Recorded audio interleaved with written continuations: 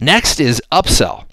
Okay, upselling is when somebody buys, you present them with a premium version of what they bought at a higher price. Right? We've all experienced this one way or another. One of the most famous examples is the supersize meals at McDonald's. Right? McDonald's literally added about 20% to their bottom line years ago when they first rolled this out. And it was brilliant, it was effective, and it's also just very, very simple and something that every business can take advantage of. Right? I go in to order my meal at McDonald's and they ask what I like to supersize it. Just that one simple line added 20% to their bottom line. Well, again, just like in resale, every business has an opportunity to upsell their existing customers to a more premium version of their products, and you've just got to get creative and think about how you can do that. Okay, next is to cross-sell, which means to introduce your customers to complementary products and services based on their previous purchase history. I'm sure many of you will recognize this. This is the recommendation engine inside of Amazon. So if I'm searching on Amazon and I'm searching for a book, Amazon also says customers who bought this item also bought and suggests other items to me that they think I might like based on my purchase history.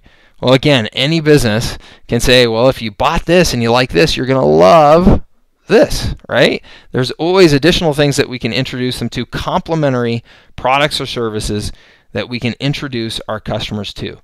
So by focusing on those three things, resell, upsell, and cross-sell, it's my experience that businesses can add 25% to their revenue and to their bottom line, sometimes much more than 25% to their bottom line, just by getting creative and focusing on those simple opportunities. All right, let's talk about 4 keys to success in this follow-up marketing, right? And using your current customer list to grow your revenue in the next year. 4 keys to success. Number 1, make it a consistent process.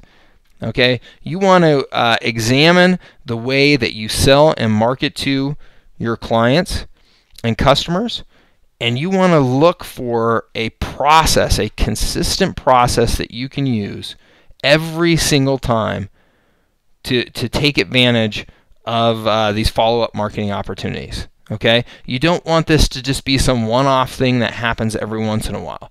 You want to make it a system. You want to make it a part of the way you do business every day. Number 2, key to this is to train your team. Okay, McDonald's upsell to a supersize only works if when the customer is buying, the person running the cash register remembers to ask, well, would you like to supersize your meal today? Right? If they don't ask that simple question, then the sale does not happen. So you've got to make sure to invest in training in your team. Teach them the importance of what it is that you're doing, and get them committed to learning how they can add these additional revenues and profits when dealing with your customers. Number 3, give your team incentives. Okay, not all of your employees have the motivation that you do to grow your business and to add profitability to the bottom line. So give them incentives, right? Create some fun games around this, create bonus opportunities, add extra vacation days when people do real well. There's all kinds of things that you can do to create these incentives for your team. And then number 4, make it easy using marketing technology.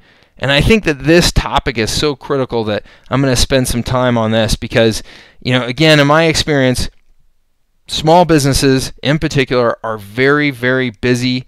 They're resource constrained. And it's not that they don't want to do more marketing. It's not that they don't want to do a better job of reselling, upselling, and cross-selling. It's just that they're busy. They're swamped. And that's why I leverage marketing strategy and technology with my clients, because the technology allows us to put automation in place to make things simple so that a lot of this stuff can happen on autopilot once it's set up correctly. So specifically, I'd like you to focus on 4 areas: email, SMS, direct mail, and social media. All right, let's start with email marketing. Now, why use email? Well, people are very receptive to email if it's relevant and generous. They love discounts and special offers. So I know a lot of people will say, oh, email marketing doesn't work anymore. There's all these spam filters and there's so much junk getting into my email box. And that's all true. However, email marketing really does still work. In fact, it delivers the highest ROI of all digital marketing channels, greater than $40 in return for every $1 spent.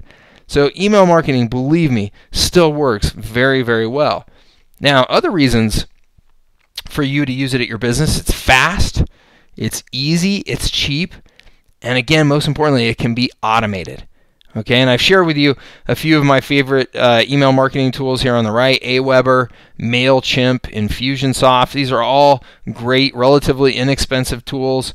MailChimp even has a free version that you can experiment with. These are all great tools for marketing via email and just making it a very, very simple and inexpensive process. So let me give you a handful of email tips here. One, just about every business has an opportunity to send some sort of monthly e-newsletter to their customers.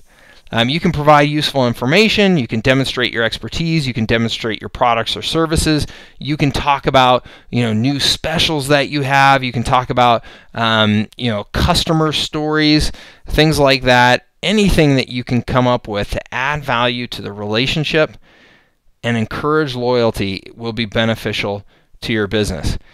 And here's an example of an email newsletter from a company called SitePoint, and it's pretty funny. I just found this example, and it says, the topic of it there is, do you ignore your current clients, pushing them aside in search for new business? So it's very relevant to this presentation. You can see they give away a free guide here over on the right-hand side for anybody reading the newsletter. So any business can come up with content for a newsletter, and it really is very, very effective in building that loyalty and relationship with your customers. Next tip is to mail at least once per week. And some people think, man, that's a lot. I'm going to really bother people. Statistics have shown that mailing once per week is actually the minimum that you should do. And why do I say that? Well, if you mail less frequently than that, what happens is that people tend to forget about you. And unfortunately, the number one reason that you hear that a customer will stop doing business with a particular company, with a particular business, is that they simply forgot about them. Some other business got their attention. We're constantly competing for the attention of our customers, and if you're not staying front and center, somebody else is. So you want to mail at least once per week. And I've got to tell you, a lot of businesses can mail every single day and be very successful with that.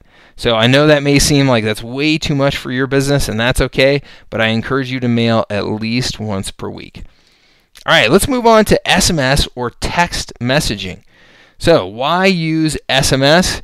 This is an incredibly powerful form of marketing. And here's some reasons why. 87% of Americans have mobile phones, and 73% say it's their number one most used technology device. In fact, look at this. There is actually a term for the fear of being out of mobile phone contact called nomophobia, which doesn't surprise me. I think I experienced this myself. I love my mobile phone, and many people do, and they are afraid to have that phone out of reach and be out of contact, right? They want to have the phone in their pocket or in their hands at all times. These things have really become a part of our life.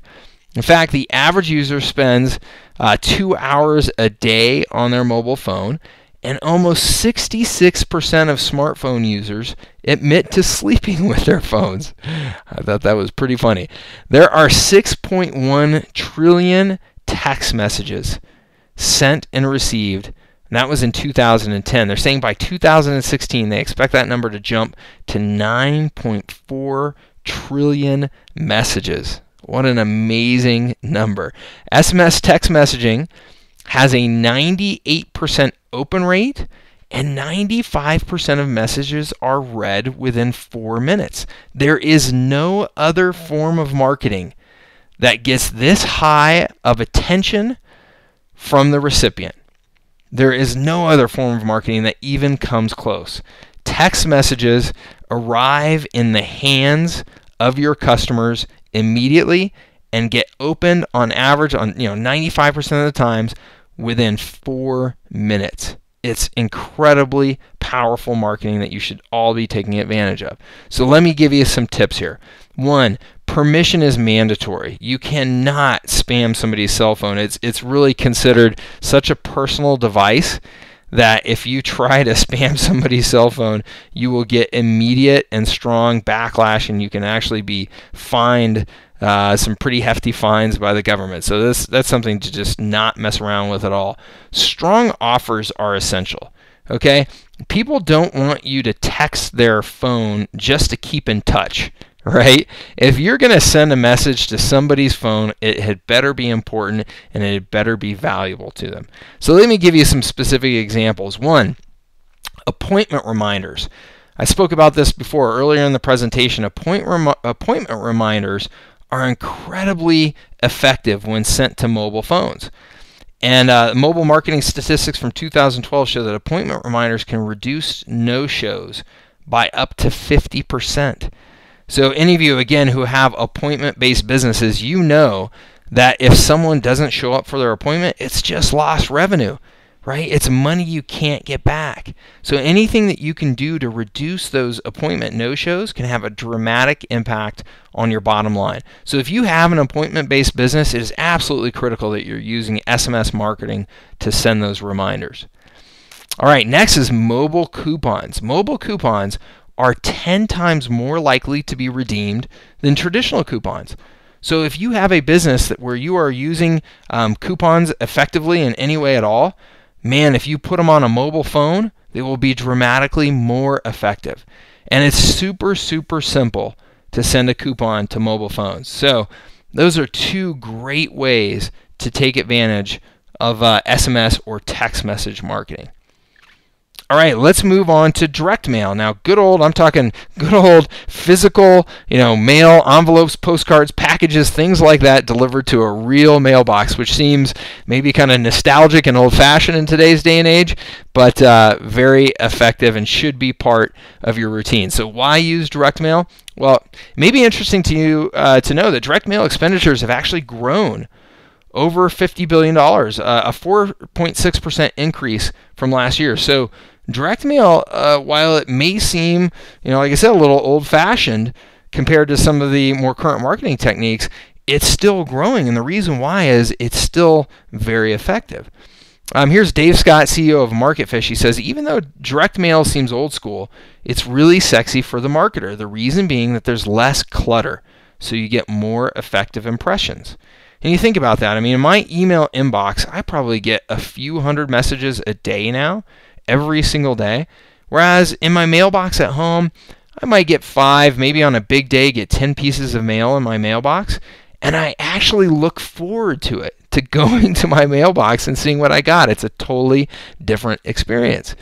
50% of consumers prefer direct mail to email, and 60% said they enjoy checking their physical mailboxes. So I'm not alone here. And I imagine a lot of you are like this, right? It's kind of fun to go to your mailbox and see what you got. We have an emotional connection to postal mail. And I don't know exactly why that is, if it's, because around the holidays we're all waiting to see what comes, or, whatever it is exactly, but it's definitely the case. So let me give you some direct mail tips. Again, this is one of those forms of marketing that everybody should be using. The first is to make sure that you make your direct mail stand out, okay? The last thing that you want to do is invest in a direct mail campaign that's just kind of boring and is just going to get lost in the shuffle. You want to make it so that when somebody goes to their mailbox, your piece immediately stands out and will get attention. FedEx envelopes are a great way to do this. Now,